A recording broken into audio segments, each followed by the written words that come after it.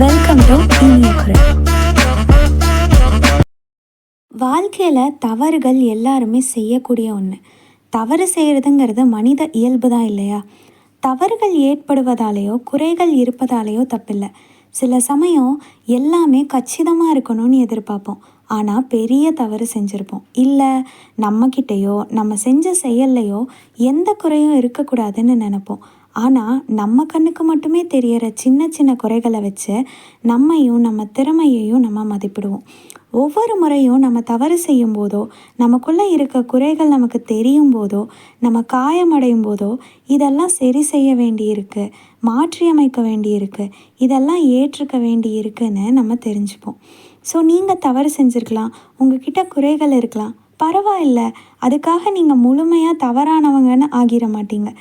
எப்போ அதை நீங்கள் ஏற்றுக்கிறீங்களோ அப்போ தான் நீங்கள் அதை திருத்திக்கவும் முயற்சி செய்வீங்க. வாழ்க்கையில் பல சந்தர்ப்பங்களில் நம்ம உணர்ச்சிகளை மதித்து பரவாயில்லைன்னு நம்மளை நாமே தட்டி கொடுக்க வேண்டியிருக்கும்.